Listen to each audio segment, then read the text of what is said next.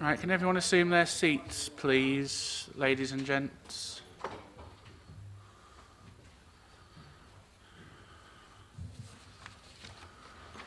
It has gone 6 o'clock, time running away with us.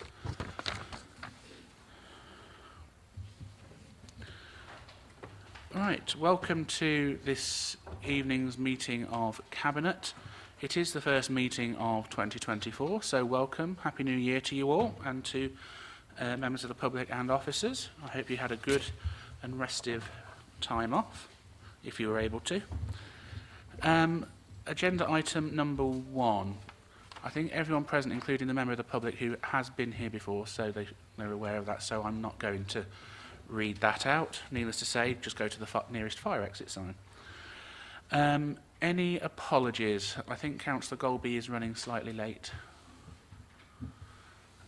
Declarations of interest. Are there any declarations by Cabinet members beyond those already printed in the agenda? No.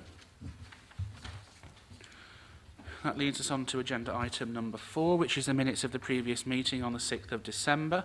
Is everyone happy that I sign those off as a true and accurate record? Yes, sure. Yep.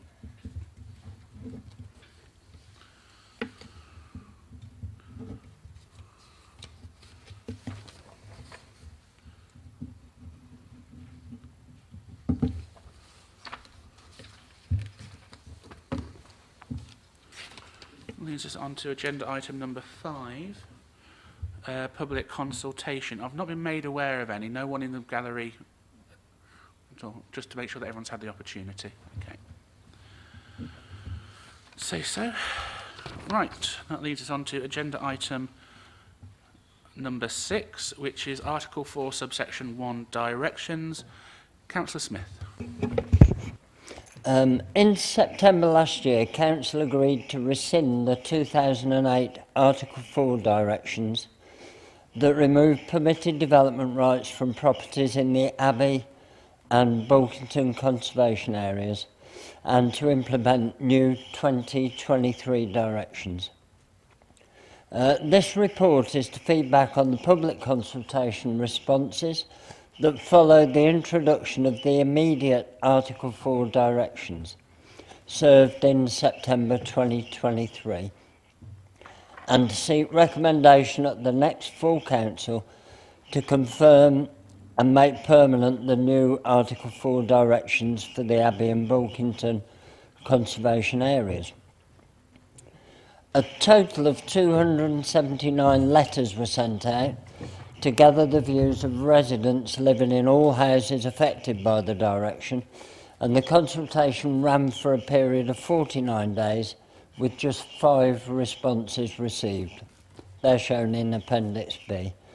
Cabinet is now asked to recommend to Council that the outcome of the public consultation be noted and the Article 4 directions in Abbey and Bulkington conservation areas be confirmed and made permanent.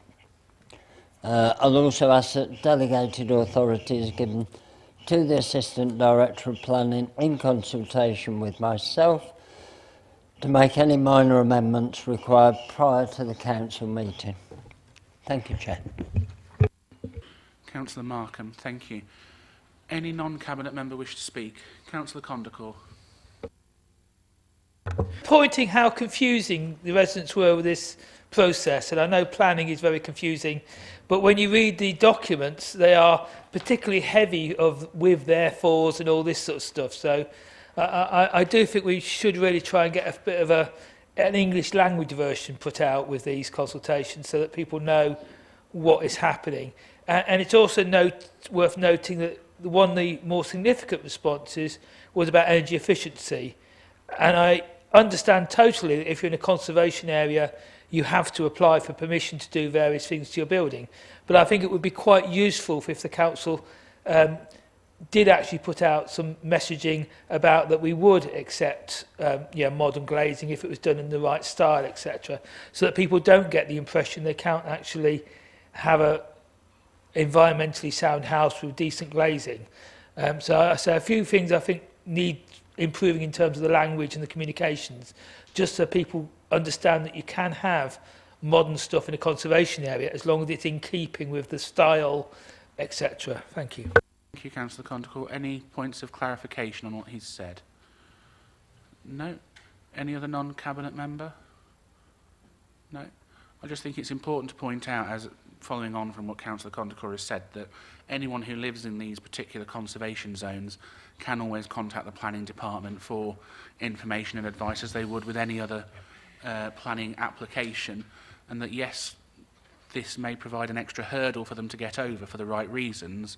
They will give them the best advice available as to whether they would be likely to succeed and how they can succeed if they think there are reasons why at first glance it would not necessarily pass. And I know that our planning department does that quite often for residents across the borough. So I think on that point I'm happy with that particular safeguard. Any other cabinet member? No. In which case we'll move to the recommendations as printed. All those please show. Okay. That is carried. Thank you very much.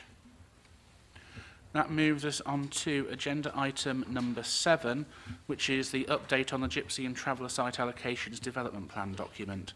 Councillor Smith. This development plan document, or DPD, allocates sites to meet the borough's identified need for gypsy and traveller pitches and show persons plots up to 2037. The DPD has been through various stages of development over the last couple of years, and the publication version was published and consulted on between January and March of 2022. The consultation responses received were considered, and the resulting DPD, with all its supporting documents, were submitted for examination to the Secretary of State at the end of June 2022. That resulted in a hearing held with the planning inspector in October 22. As part of that examination process, amendments to the publication were required by the inspector.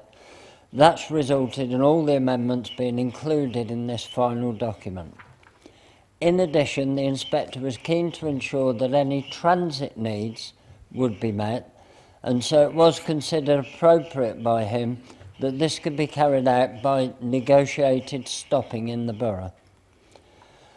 The Secretary of State and Planning Inspector have now confirmed the final document is considered sound and adequately provides a 5-year supply of sites, meaning as a borough we have no unmet need for gypsy and traveller sites, and we are protected from inappropriate developments that often negatively impact in our communities.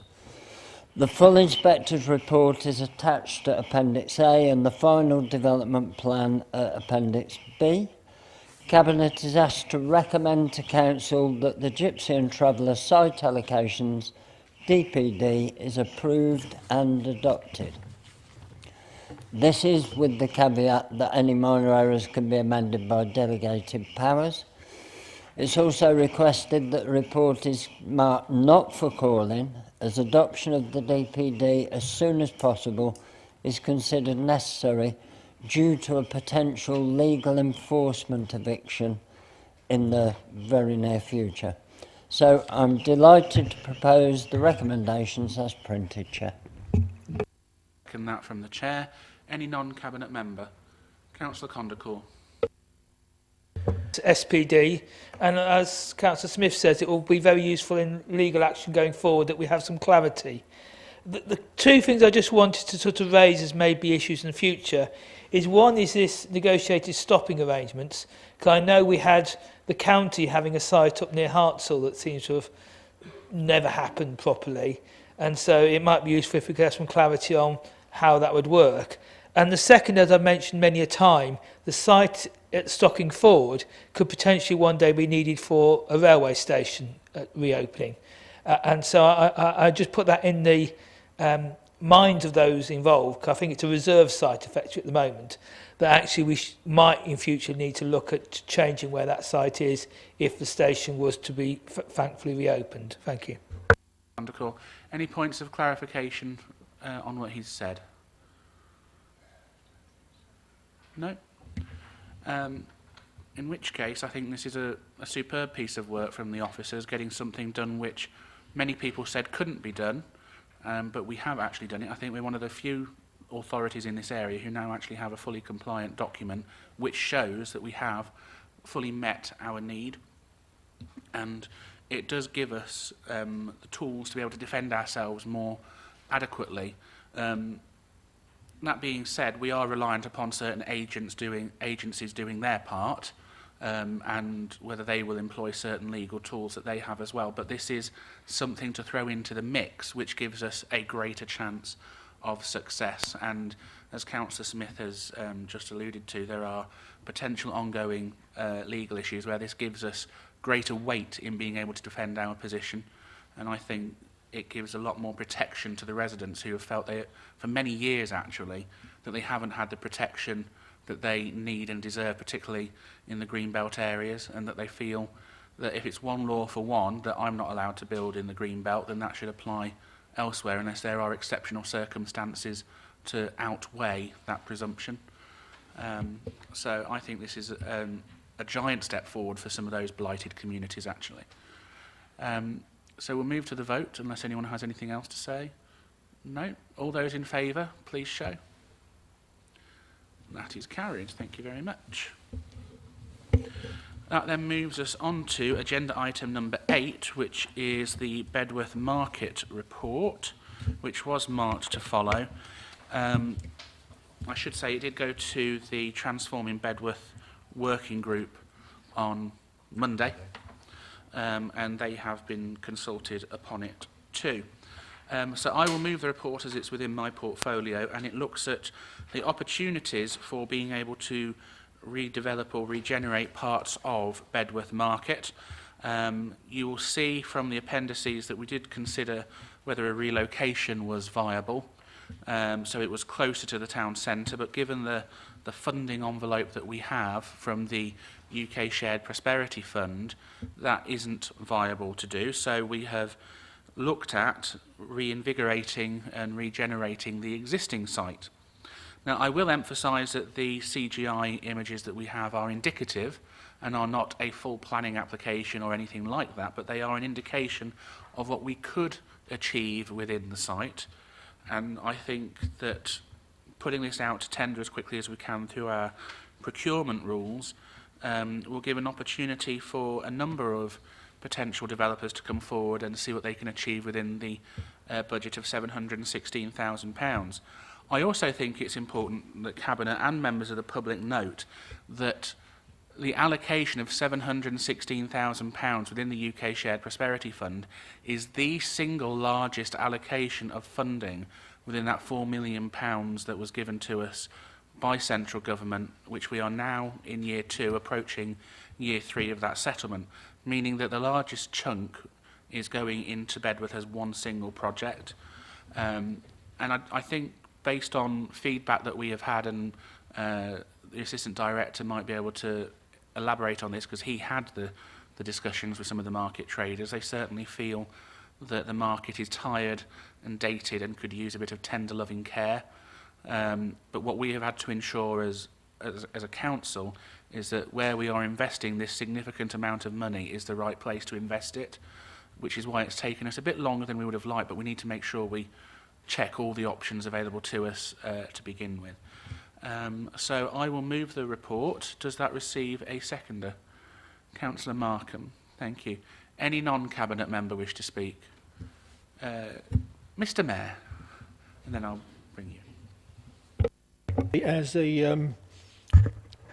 As a councillor for Bedworth, I have quite an interest in the market as such, obviously having been there many years. And I've looked at the various potential, I'm assuming these are potential layouts. These aren't set in stone in terms of the options. So looking at them, I see there's sort of, we'll call it pluses and minuses in all of them. They are varying. So I've had a little think about it and a little look at and sort of offered some variation possibilities, but I'm sure it'd be worth discussions at a later stage. Now, obviously there's potential income based on the layouts drawn. Now, obviously that's all theoretical on the premise that, you know, each of the the units are occupied and income from all those accordingly. Am I right in saying that in every single option, each of the blue units are complete units as opposed to open stalls? Is that correct? I've only got a black. If you make your points, I'll bring Yep. the assistant And then director in, come and he back might on pick that. up on Yep. some of the points. Thank you, Chair. Is that all your points, Councillor Walsh? No, just another couple of points, but that'd be first to clarify. Do you want to raise all your points? Then or is that going to impact on what you say? Okay. Jonathan, would you be able to clarify that particular? There are, obviously at the moment we have fixed units, lock-up units around the perimeter. What the proposal is there that we will continue to have those, but these will be respect. Now I think certainly from the feedback and consultation that we've done initially with the traders, key point is around the sizing of these, so we need to flex that and continue that consultation so that we can make the appropriate amendments to ensure that we accommodate the existing traders and obviously have the right spec to attract the new ones. So those will be fixed.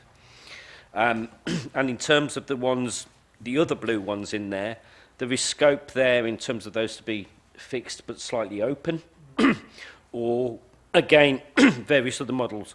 Where we are, the way that we will go to procurement is that we will look to do a design and a construction procurement process, so that we can get the designs forward first, based upon the feedback that we've got from the traders and obviously members in terms of what we're looking for as key objectives there.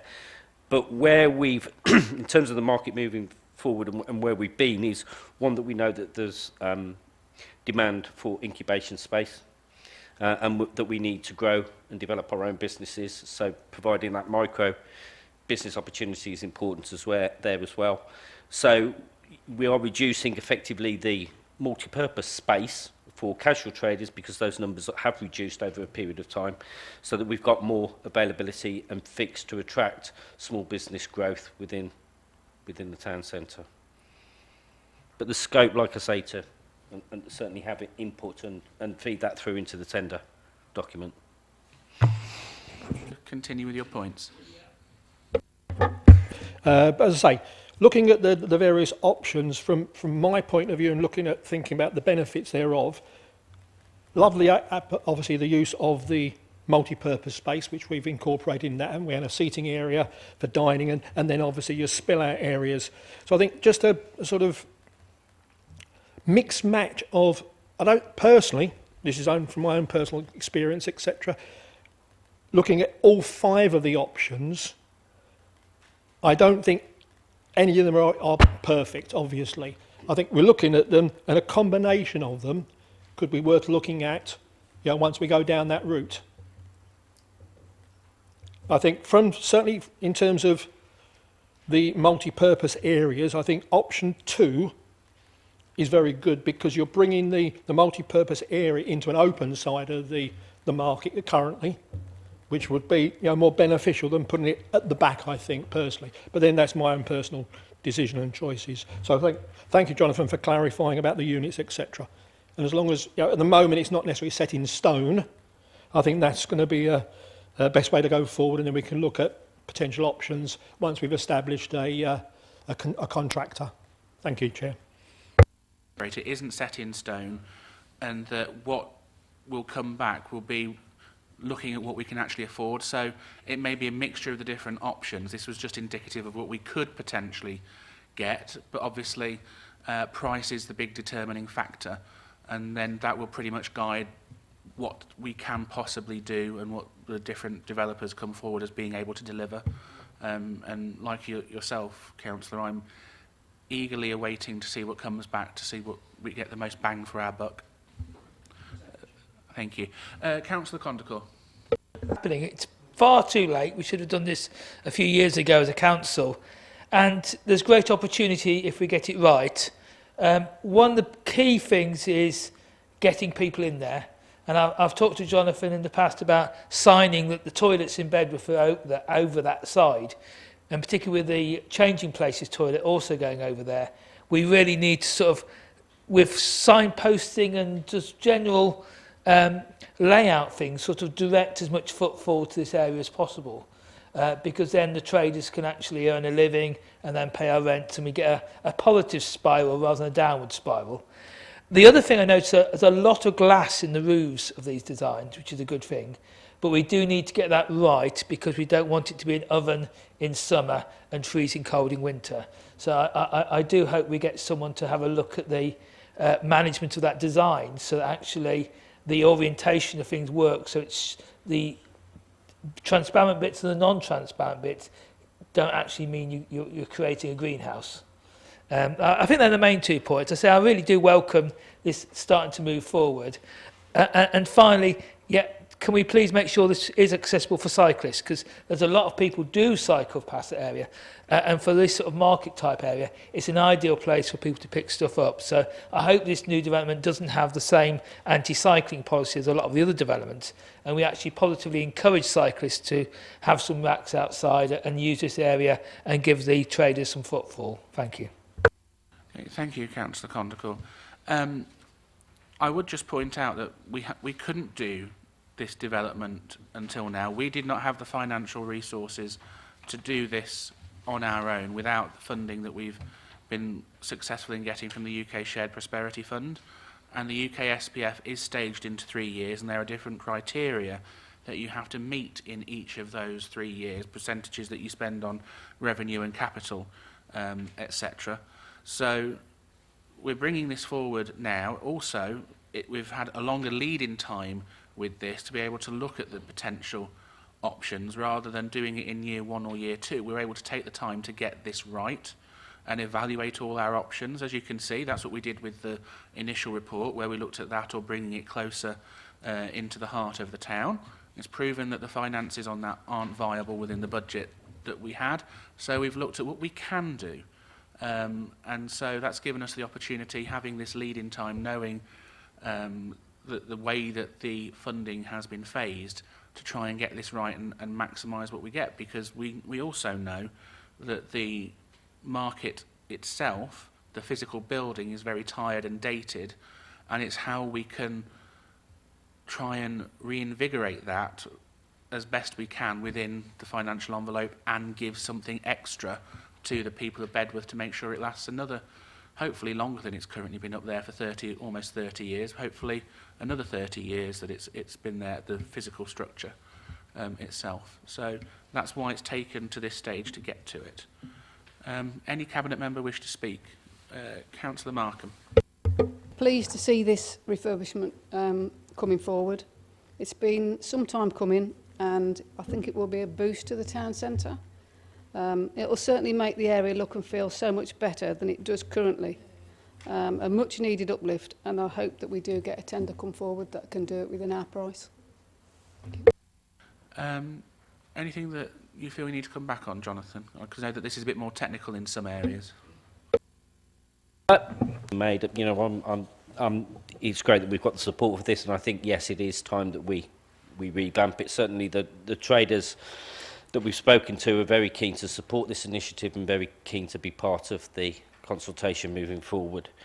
I think, what we have got there is an opportunity to make a statement location within Bedworth. We know that we've got high footfall across over at Aldi and Home Bargains and at Tesco's, and to provide a more of a appealing shop window into the market there, looking at using, potentially, like I say, that flexible space at the front to attract, and moving potentially some of the food offer to the forward as well, so we can spill out, will help in terms of trying to attract some of that footfall across into the market to support the traders, and potentially, like I say, new smaller businesses that we hope to develop from the scheme as well in the future.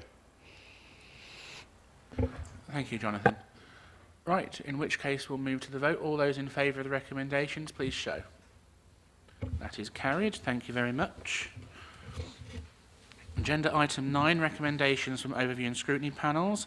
There are none. Agenda item number 10, any other items? I've not been made aware of any. And agenda items 11 and 12 were put on there by accident. They weren't intended to be on there. They were a placeholder, which were mistakenly added So there are no items 11 and 12. In which case, I shall bring the meeting to a close. Thank you all for your attendance and wish you a safe and warm journey home.